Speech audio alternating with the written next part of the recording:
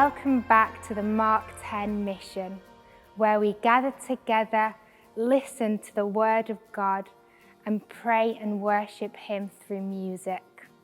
In this week's Gospel, we hear about Jesus appearing to His friends in the upper room.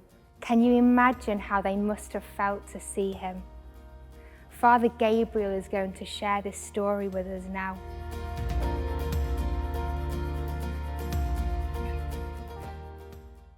A reading from the Holy Gospel according to John.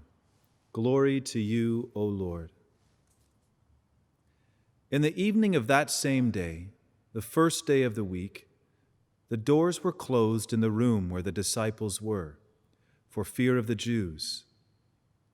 Jesus came and stood among them.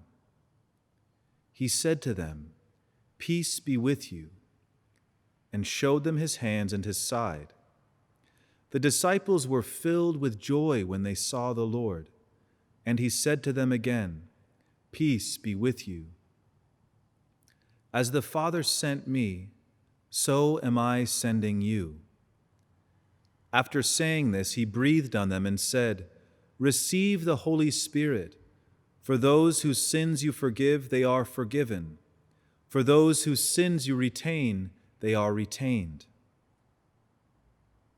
Thomas, called the twin, who was one of the 12, was not with them when Jesus came. When the disciples said, "We have seen the Lord," He answered, "Unless I see the holes that the nails made in His hands, and can put my finger into the holes they made, and unless I can put my hand into His side, I refuse to believe." 8 days later, the disciples were in the house again, and Thomas was with them. The doors were closed, but Jesus came in and stood among them. "Peace be with you," He said. Then He spoke to Thomas. "Put your finger here. Look, here are my hands. Give me your hand. Put it into my side. Doubt no longer, but believe."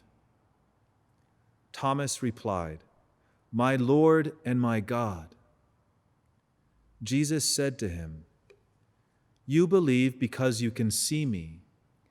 Happy are those who have not seen and yet believe." There were many other signs that Jesus worked and the disciples saw, but they are not recorded in this book. These are recorded so that you may believe that Jesus is the Christ, the Son of God, and that believing this, you may have life through His name. The Gospel of the Lord. Praise to you, Lord Jesus Christ.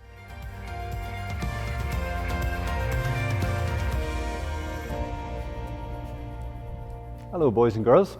My name is Fr Columba. I'm a Franciscan. I look a little bit like Father Gabriel, but I'm not. I'm totally different, much cooler. So today we're going to talk about Divine Mercy Sunday. So that was what the gospel was for today. Now, Divine Mercy Sunday is actually a really, really new feast. Now, the church is 2,000 years old. So when we get a new feast, like this is a big deal. This feast is only about as old as you guys are. But what does it mean, Divine Mercy? So divine means it's God's mercy, okay? But what's mercy, right? Have you ever asked yourself that? So there's a lovely story I'd heard, and is about Napoleon. I don't know if you've ever heard of Napoleon. He was a French leader, ruler, big kind of general, and he went to war with most of Europe. And during that, there was this mother and son who lived in France. Now, the son got conscripted, means he was forced to join Napoleon's army. And he was really worried about his mother because she was a widow, she was on her own, she had no one else to look after her. So he actually ran away from the army to go back to his mother. Now this was a really, really serious crime during that time. So he was arrested and he was actually going to be put to death. I mean, it was really serious. His mother hears about this, and of course this is her only son. So she goes all the way to Paris. She manages to get an audience to see Napoleon face to face. And she falls on her knees and she begs him. She says, "Please, please have mercy on my son." And Napoleon He looks at her and he goes, "Mercy. Your son doesn't deserve mercy." So the mother looks Napoleon in the face and replies, "If he deserved it, it wouldn't be mercy." Sometimes we think about mercy, or we think about someone being good to us, as kind of something we earn a little bit. Even, let's say, a gift. So someone for Easter gives you an Easter egg, and you go, "Oh, now I have to get them an Easter egg." That means we didn't quite understand it. When something's a gift, it means there's no strings attached. You don't have to do anything. You just go, "Oh, thanks." Oh, you eat it. So too, mercy means it's something you didn't earn it. That would be a wage. You know, I'm going to cut someone's lawn. They're going to give me money. So I do something for them. They do something for me. Okay? That's justice. That's when you get something that's owed to you. Mercy is the opposite. You get something that's not owed to you. Like, let's say in school, so you do your homework, you're like the best in the class, and in my day, we'd get like a gold star, which was a little star that was gold colored, and you'd stick it on your copybook. And there you go. Oh, I don't know what you might get as a reward, but it's you do something and you get a reward. Mercy would be you do nothing and the teacher gives you a gold star. In fact, you just are mean and you make trouble in the class and the teacher gives you a gold star. Doesn't make sense, does it? And that's kind of it. Mercy is undeserved kindness. If we deserved it, it wouldn't actually be mercy. And this is what we celebrate on this Divine Mercy Sunday. It's like we don't actually get what we deserve. We get something infinitely better. We get all of Jesus. And this is an image of Jesus. We call it the Divine Mercy image. And you see here, he's kind of lifting up his top here so we can see, what we can see is actually his heart. We see these two rays, the red and the white ray coming out. And you can almost see, it's almost like the sunshine. The sun is starting to dawn. And what he's saying is that no matter what you've done, no matter what's happened in your life, you are always welcome into his heart, that he has opened a way for us, that we can not only get access to all of his love and mercy, but to everything else, in fact, even to heaven. So God bless you guys. I hope you have a wonderful Divine Mercy Sunday. So now we're going to go into a time of prayer. So if you'd like to join me, in the name of the Father, and of the Son, and of the Holy Spirit, amen. As we come before Jesus now, let the prayer of divine mercy echo in our hearts and minds.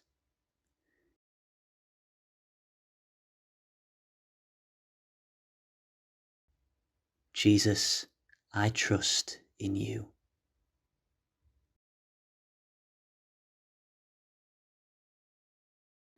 We love you, Lord Jesus. Thank you for your love and mercy. You are so kind and gentle with us. We pray that whenever we choose the wrong path, we quickly come running back to you in prayer and, if we are able, the beautiful sacrament of reconciliation.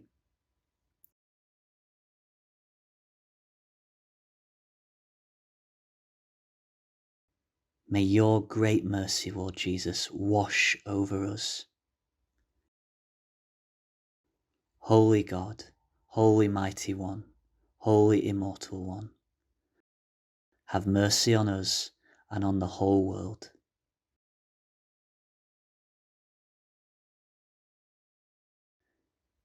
Glory be to the Father, and to the Son, and to the Holy Spirit, as it was in the beginning, is now, and ever shall be, world without end. Amen. Welcome to the worship time, everyone. Happy Easter again. When I think about this gospel and what it must have been like when Jesus came into the upper room, first I'm struck by how amazed they must have been, and just oh my gosh, it's him. And so there was a great joy and amazement, but I also imagine it must have been a real moment of prayer. And we see Thomas at the end of the gospel meeting Jesus from the heart, coming to that belief in him that he's really alive. And so this song we're going to sing together now is a bit more prayerful, but I think in prayer we can most especially allow the reality and the amazement of the resurrection to really take hold of our heart and really come in. So I just imagine Thomas kind of there in front of Jesus, maybe kneeling, and maybe the other disciples in the upper room too, kneeling down and just in awe and wonder at Jesus, the risen one, and just praising him in their hearts and thanking him. So maybe we can pray in that same spirit as we sing this song.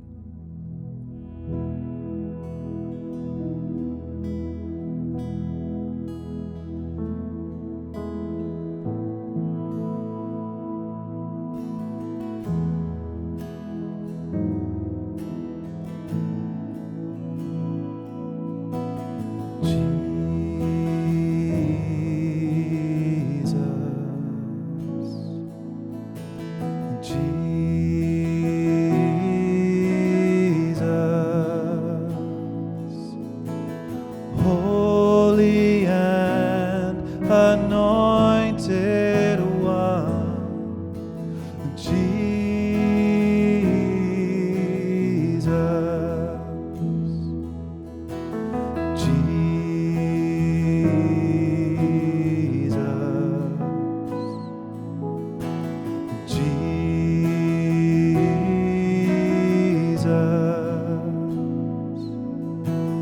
risen and exalted one, Jesus,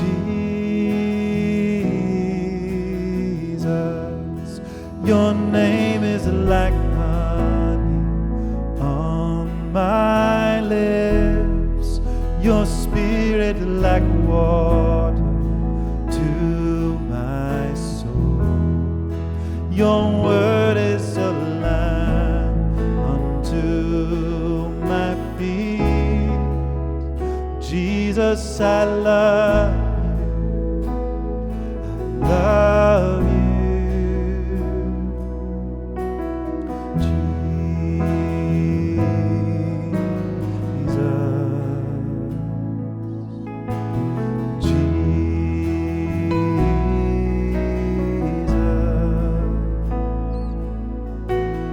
Holy and anointed one, Jesus.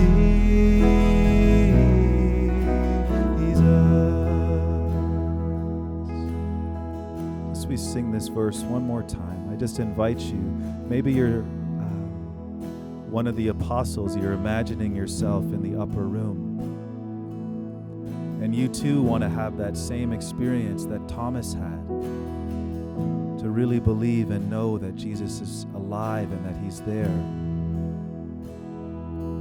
Maybe if you can imagine being Thomas and just coming before Jesus and reaching out to him, and Jesus encouraging you to believe, to trust that he's really alive. So reach out to Jesus now in your heart and let Jesus encourage you that he's really alive.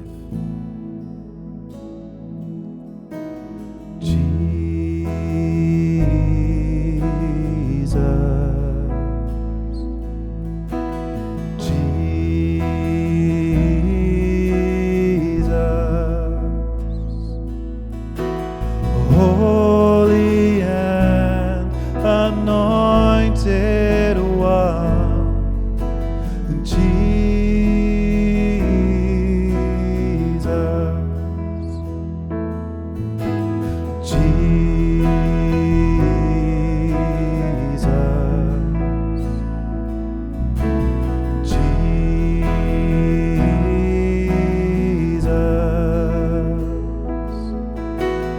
risen and exalted one,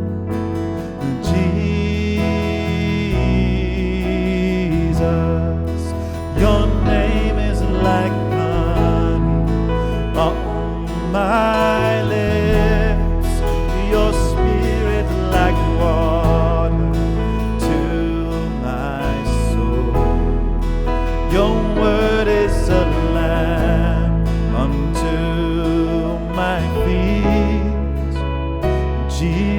Jesus, I love you. Jesus, I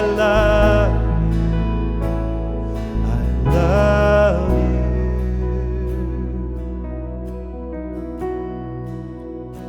you. Jesus, we believe in you. Help our unbelief. Amen.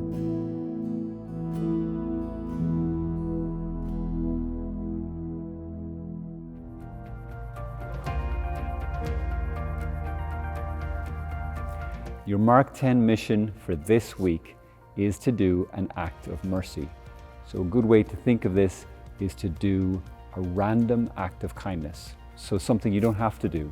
Maybe it's a job at home that you weren't asked to do, but you just do it, just to be kind, just to try and imitate something of Jesus' mercy, his love towards you. Thank you for joining us. Don't forget your Mark 10 mission this week. We hope you have a wonderful week ahead, and we'll see you next time.